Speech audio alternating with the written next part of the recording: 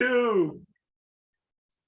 Hi, folks. You are watching and listening to Sipping Off the Cuff on Tequila Aficionado Media on all of our channels and networks. I'm Mike Morales here in, sunny Southern California. That gentleman out there is Skip Falconer in Los Angeles. Yeah, the and home. I'm loving it. Yeah. It's the home of the world champion Los Angeles Rams. Here we go, folks. Nueva. That's the tequila we're going to taste and dissect today. If you watched any of the other videos before this one, you know that we flipped over that Blanco, that silver that they're called. Oh. We're also flipping over the bottle. Look at the bubbles on this Reposado. The bubbles on the Blanco. I don't know if you can see it, but there's bubbles galore. Yeah. So again, you've noticed this is a screw top. And by the way, if you look at this, the screw top, if you watched our video on the branding and the packaging, they missed nothing. There is a texture that I know, Skip and I know from the gym, that when your barbell has that kind of texture, it helps you hold on better. It's a grip. That's called knurling. Yeah. They have knurling on this cap. Okay, because it's a screw top. All right. So we just broke the seal off of it. We're going to pour it. We're going to taste it. And then we'll give you the ins and outs on this one. Of course, I'm using my Glencairn. I'm using a Stossel Jarrito with a little bit wider mouth. I normally use this one for mezcal, but I also enjoy using it for tequila back and forth just to see if I catch anything different. Wow, that's light. Yes. It looks darker in the bottle. It does. And that's got to be because of the color. I'm sure that the color of the color of the label kind of amps up the color of the Repo, but in the glass it's fairly light. Oh no, there it is. Yeah, it's well, of course I have a red shirt on, so I'm gonna try not to get. I'm not trying not to get any red highlights here in the camera. Again. This time, Skip, I think a little bit thicker legs and tears because of the wood. Uh-huh. What would you say? Like a pale gold color? Yeah. Because it's not pale straw, and it's a bit. It's not as bright as gold, so I'm gonna go pale gold. I think. I would say a pale gold. I guess if this were a beer, we'd call it a blonde. Wow, beautiful legs and tears, though, man. Yeah, it's not. I believe I'm getting them thicker than I did in the Blanco. And the Blanco had some substantial. It looked like it was going to have some great mouthfeel, and it did. Yeah. No, it's definitely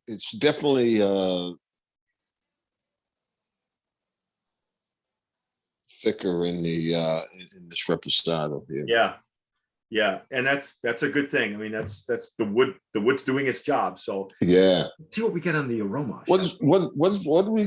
How long has it been in the wood? Not sure. It's got our cards should tell us. They sent us flavor note cards that we try never to look at beforehand. Maybe after. It should tell us. I don't know how long they're resting this. Water source 6 months plus. That's okay. 6 plus. I'll buy that 6 months plus.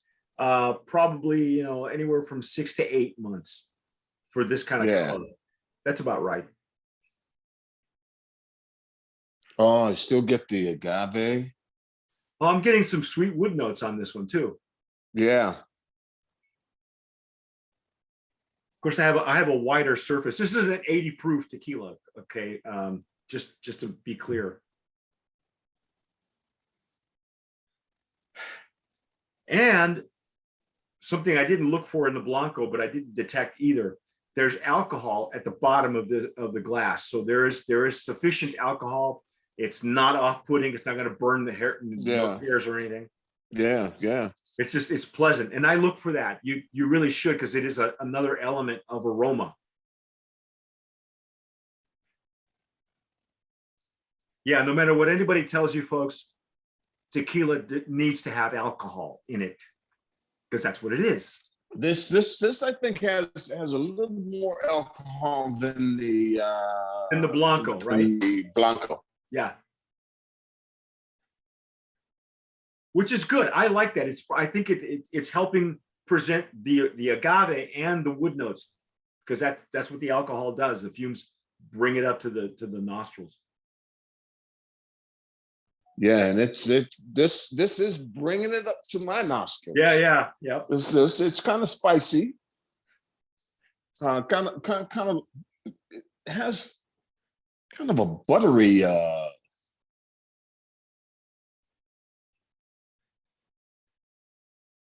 I'm not getting any bright like citrus notes.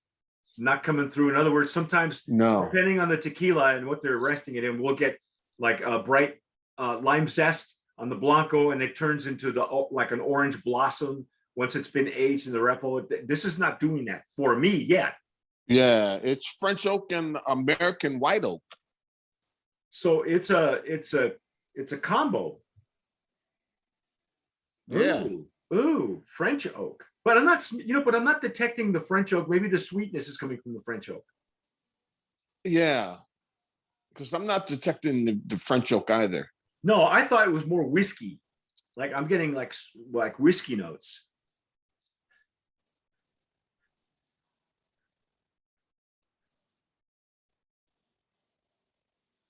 Mm. And the agave is there, but it's taking a back seat. It is. It is, but it's still there. All right, well, let's dive in because I'm anxious to see what we get here.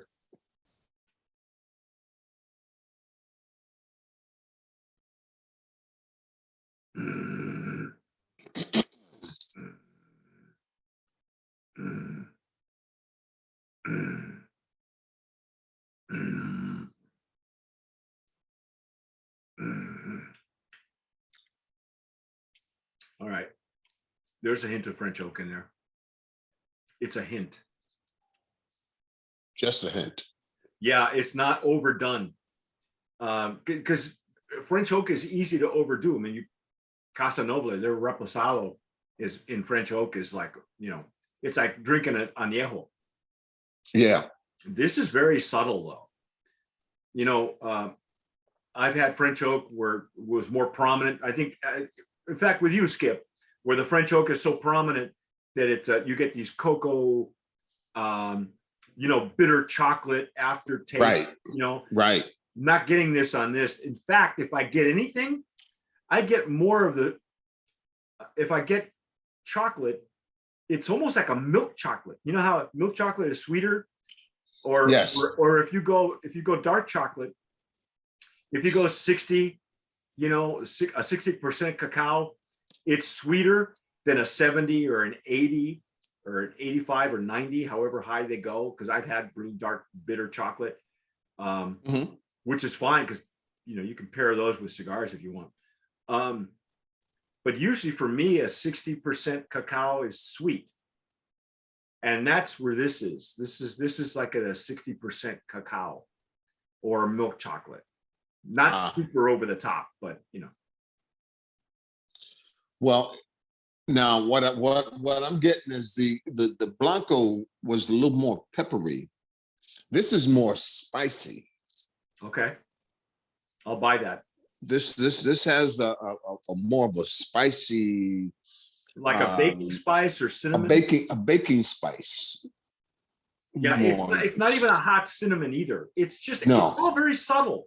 This is all very subtle, even for 6 to 8 months. I gotta go in again. Yeah.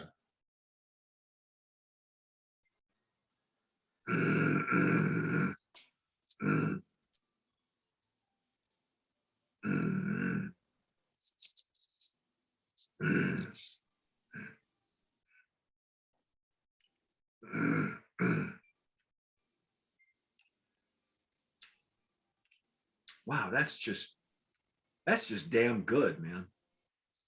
It is. Now, I think the finish has been shortened a little bit. I'm not getting the long, warm, fuzzy we got in the Blanco. I'm not, no. but it's a nice finish. It's I'm getting, it's coating my palate a little bit more. I'm getting kind of a butter in there. I would say, and I said this once before when you and I did another tequila that was a first time for us from another distillery. I said this was silky or velvety. Okay. This is silky. Yes. It's not as intense as a velvet as it coats the palate, but this is silky. But you know what I'm getting, and it just, it's like on my palate now. It's like the numbness is just exploding. The numbness of it's hard to describe, but it's delicious. Is it like a residual numbness on the lip? A residual numbness. Okay, well, yeah, I'm getting that too, but that's because that's what we do. We hold it in our between lip and gum because you want to see you want to know the intensity of what you're drinking. Yeah, and if there's no lip numbness on there, then maybe you ain't drinking tequila. Or if it's fleeting, maybe I'm going to take the last bit of mine. Yeah, I got to go back in because there's something there we're not detecting. It can't just all be silky. It's sweet on the intake. There's a lip numbness. There's a spicy explosion that's taken over for the pepper we got in the Blanco. But there's something there, and the finish is short to medium. The finish doesn't have that finish. The edges have been rounded off on the Blanco. Okay, that's what Reposado is supposed to do. That was very nicely. Yeah. That was the original intent of the Reposado, was to round out the edges where it was developed originally, which is the Amatitan area, which I love tequilas from there. But I'm loving this thing. This is almost too easy the way it goes down. Yeah. Notice that? It's too easy. You can get in trouble. Mm. You can get in trouble with this one here because it's so smooth. It's so silky. Mm-hmm. It's okay. There's a hint. I'm going to call it like it's more of a flower. That kind of translates on the palate. So it's not fruit sweet. It's sweet like a flower, like a honeysuckle. That's what it is. It's a honeysuckle. It's a combination of, if you ever, somebody I used to live with years and years ago, and I lived in New Mexico.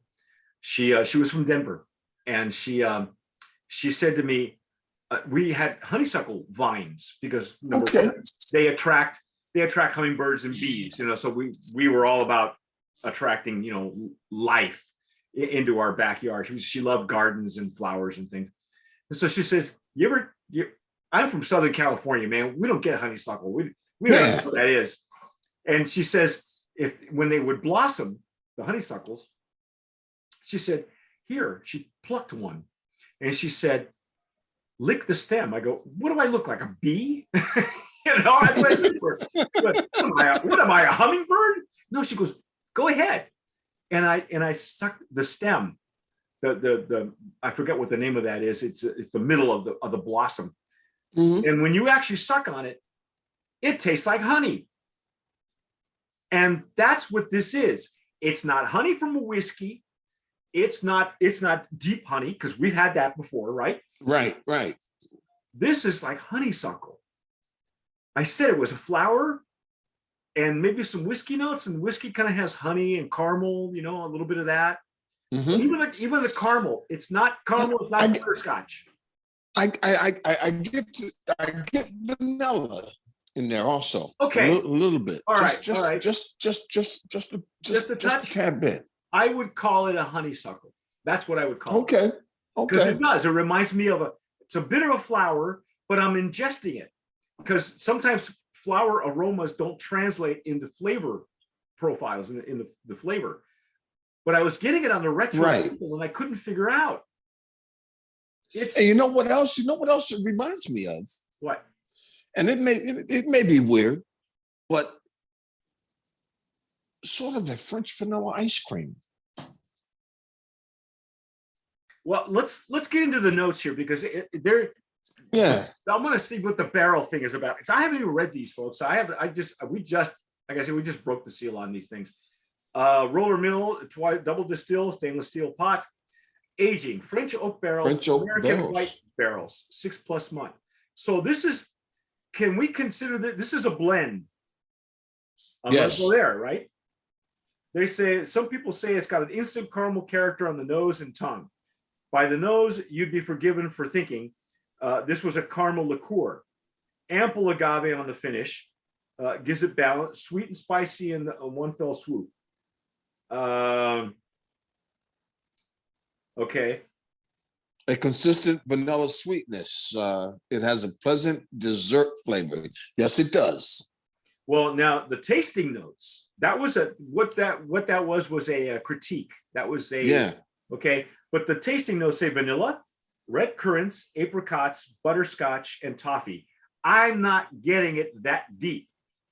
Okay. You know what? I did get apricots. I was wondering what that was. It was apricot. Yes. Okay, but I'm going to stick to my honeysuckle. I'm going to stick to that because I don't think I didn't think it was as deep as butterscotch. And then again, I'm not pouring a whole lot, folks. I mean, I got a little sample. Maybe if I pour more, I get more. All right. But with these glasses, you don't actually need, I don't need the Obama pour, you know. Yeah. These are tools. If I want to enjoy the tequila, I'll usually pour it in a snifter. Okay. Any snifter will do for me. I don't shoot anything anymore. And I haven't shot anything for years. So maybe the butterscotch, if I pour more in it, will turn into, my honeysuckle will turn into a butterscotch. But I stick to honeysuckle. I'm getting more honey notes, and they lean toward vanilla. I agree with you there. Maybe even French vanilla. I agree there. So, I didn't get no butterscotch. I didn't get any butterscotch. Yeah, me neither. We've had that before. You and I have had it before. Or toffee. I didn't get any toffee either. No, me neither. It's lighter than that. Okay? Yeah. And I believe I'm going to go on record and say it's a honeysuckle. And I'm also going to go on record and go this. Brand of Promise nominee. Promise. Yes, sir. Yes, sir. Killer. And I think I like that you got buttery. Yeah. But I think it's also silky. This thing is dangerous. All right. You're gonna get in trouble if you get this and you're doing anything with it besides just sipping it. I mean, if you're putting it in a cocktail, you're missing out on all the nuances that are involved in this blend. This is wow. Oh, okay. NOM 1414, Feliciano 1414. Feliciano Vivanco y Asociados. That's where they're making and bottling it. As Skip said earlier in the Blanco review, they are using, I guess they're using Highlands and Lowlands agave. Highland and Lowland, yep. Yep, okay. And the Valley, Tequila Valley, which is considered what they call Lowlands, but it's the Valley. And this is it's a nice, I would think packaging also. Oh yeah, we already nominated it for packaging. Brand of Promise. We had a whole packaging video that we did. If you haven't seen that, you should go check it out because I dug out their old branding that I forgotten that I had. So when you see the turnaround, the complete recalibration of this brand, you're going to be amazed because I'm a fan right away. Of course, I'm a fan of anything 1414, but some of them have been great. Some of them, because the brand owner wants a certain profile. That's, you can't win them all. You can't be perfect. Only God is perfect. Only the universe is perfect. But this one is damn near close to perfect, man. And it is. It is. So anyway, if you're watching us on YouTube, please subscribe, hit the notification bell, leave us a comment. If you've had it before, like in the past, tell us what you think now. Leave us a comment down there. Follow us on all of our social media.